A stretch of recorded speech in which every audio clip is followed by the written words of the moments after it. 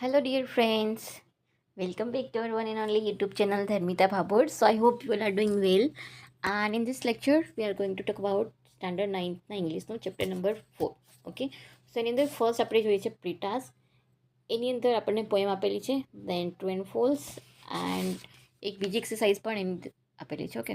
So let's start with our this poem first. આપેલી call of the hills. Okay.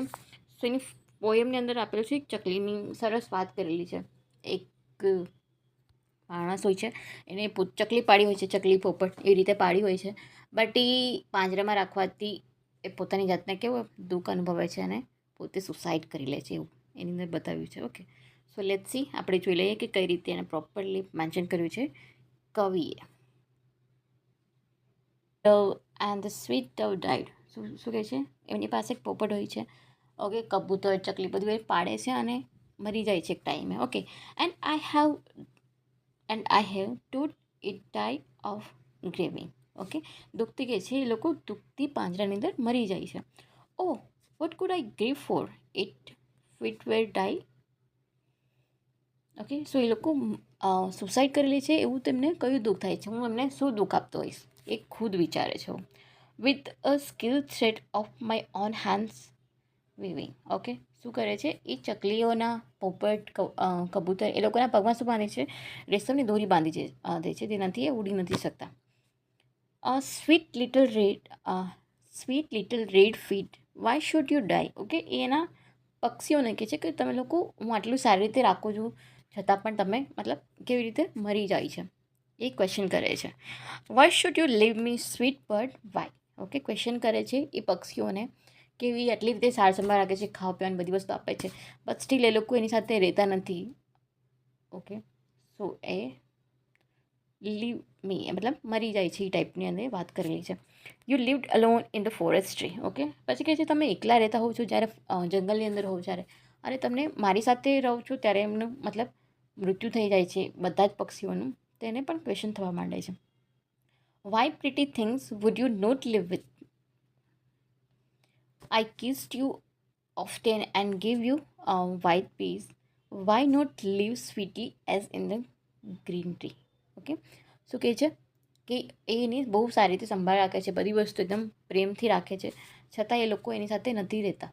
તો એનું મતલબ major તો એક જ થિંગ છે કે એને બાંધીને રાખે છે, એટલે એ લોકો એક દુઃખથી જ પોતાની જાતને મતલબ દુઃખ અનુભવીને એ લોકો મરી જતા હોય છે. ઓકે. સો આ જ મેજર રીઝન હતું, ભલે એ બહુ સારી રીતે સંભાળ રાખે બટ સ્ટીલ. સો આ હતી પોઈટની પોતાની વાત, એન્ડ એના જે ચકલી કબૂતર એન્ડ પોપટ સાથે જે ઇન્સિડન્ટ્સ બન્યા છે એની અંદર મેન્શન કર્યું છે. પંખો કરને. ઓકે. બહુ સ્વીટલી અને બધી વસ્તુની રજૂઆત કરી છે. ઓકે. એ લોકો એની માટે શા માટે નથી રહેતા, બહુ સારી રીતે રાખે છે છતાં પણ. સો જોઈ લઈએ આનો ટ્રુ ફોલ્સ, એન્ડ એની અંદર એક સેન્ટેન્સ આપેલું છે, એની અંદર ડાયલોગ્સ આપેલા છે, સેન્ટેન્સ આપણે કમ્પ્લીટ કરવાના છે. મને કંઈ કીધું. Okay. So now we are continue with our true and false with this pre task. Okay. So pre ટાસ્કનું ફર્સ્ટ છે પોએમ જોયું આપણે, એ જ રિલેટેડ અહીંયા આપણને ટ્રુ ફોલ્સ આપેલા છે. સો જોઈ લઈએ. સો ફર્સ્ટ વન છે, the dove was living a comfortable life. કે જે ડવ છે, જે પક્ષીઓ છે, એ પ્રોપર કમ્ફર્ટેબલ લાઈફ જીવે છે પોઈટ સાથે. તો કે ફોલ્સ, કે લોકો નથી જીવતા, એ મરી જાય છે. Okay. And the second one is the dove was happy because it was tied with silken thread. Okay.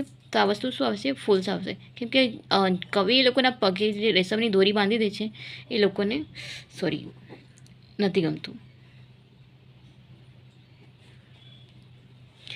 Yes. And the third one is the poet to good care of the dove. Okay.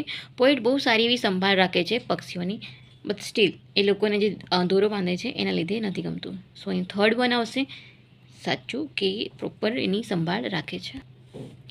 તો fourth છે આપણી પાસે sentence, the poet does not understand the reason of the dove's sadness. Okay. પક્ષીઓની જે દુઃખ હતું એ proper સમજી નહોતા શક્યા. તો આ વસ્તુ છે ટ્રુ. અગર એમને ખબર હોત તો એ જે દોરો બાંધે છે એ ના બાંધે, બટ એમને ખબર જ નથી કે આ દુઃખના લીધે એના પક્ષી છે એ મરી જાય છે. The next one is the dove was stupid not to leave with the poet. Okay, dove stupid આપણે ના કહી શકીએ બિકોઝ એને જે રીતે ફ્રીડમ જોઈતી હોય એ રીતે ના રહેતા હોય. સો આવશે false. Okay, then last one is the dove was unhappy because it was not free. Okay, so આવશે ટ્રુ. ફ્રી રીતે રહેતા હોય તો એ લોકોને પ્રોપર મજા આવે,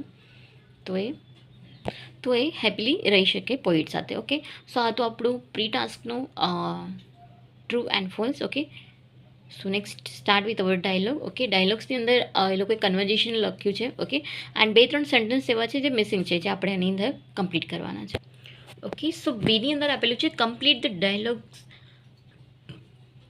between the parrot and the cage and the parrot in the tree. Okay, બે parrot વચ્ચેની વાતચીત થાય છે, જે એક પેરોટ છે જે ઝાડ પર રહે છે અને એક પેરોટ જે કેજ એટલે પાંજરાની અંદર રહે છે. તો જોઈએ બંનેના કન્વર્ઝેશન કઈ રીતનું છે. So the parrot in the cage, hi I am Mittu. Okay, જે પેરોટ કેજ એટલે પાંજરામાં રહે છે એનું નામ શું હોય છે? Mittu. And the parrot in the tree, okay, એનું નામ હોય છે Sweetu. I am a parrot, I don't have a name. શું કહે છે કે હું પેરોટ છું, મારું કોઈ પ્રોપર નામ નથી. કોણ કહે છે આવું? જે ટ્રી પર ઝાડ પર રહે છે એનું કોઈ નામ ના પાડે, બટ જે પાંજરામાં રહેતું હોય ઘરના લોકો એને નામ પાડીને બોલાવતા હોય છે. And Mittu says okay I will call you Sweetu. શું નામ આપે છે? કે I will call you Sweetu. And the Sweetu says I don't mind but are you happy in this cage. શું કહે છે કે ઓકે તું મને આ નામથી બોલાવે, મને કોઈ વાંધો નથી, પણ એ પૂછે છે કે તું આજે પાંજરામાં રહે છે, તને મજા આવે છે? પછી મીઠું કહે છે no I don't like living in this small cage. શું કહે છે કે મને પાંજરામાં રહેવું ગમતું નથી, કેમ કે એકદમ લિમિટેડ સ્પેસ હોય છે એટલા માટે. સો સ્વીટુ કહે છે, જે ઝાડ પરનો પેરોટ છે, will you come with me in the forest. Okay, શું તારે મારી જોડે ફોરેસ્ટ એટલે જંગલમાં આવવું છે? Mittu says what will you do in the forest. કે શું કરો છો તમે ફોરેસ્ટની અંદર? Sweetu says will you come with me in the forest. Okay, તું મારી સાથે આવીશ ફોરેસ્ટમાં તો તને ખબર પડશે. Mittu says I am ready, open the cage like this now what will happen. Okay, કે જોઈએ તો ખરા હું તારી જોડે આવવા માટે રેડી છું. ઓકે, સો આ હતું બંને પેરોટ વચ્ચેનું કન્વર્ઝેશન. ઓકે, એ બંનેમાં મીઠું અને સ્વીટુના બંને સેન્ટેન્સીસ પેન્ડિંગ હતા, જે આપણે કમ્પ્લીટ કર્યા છે.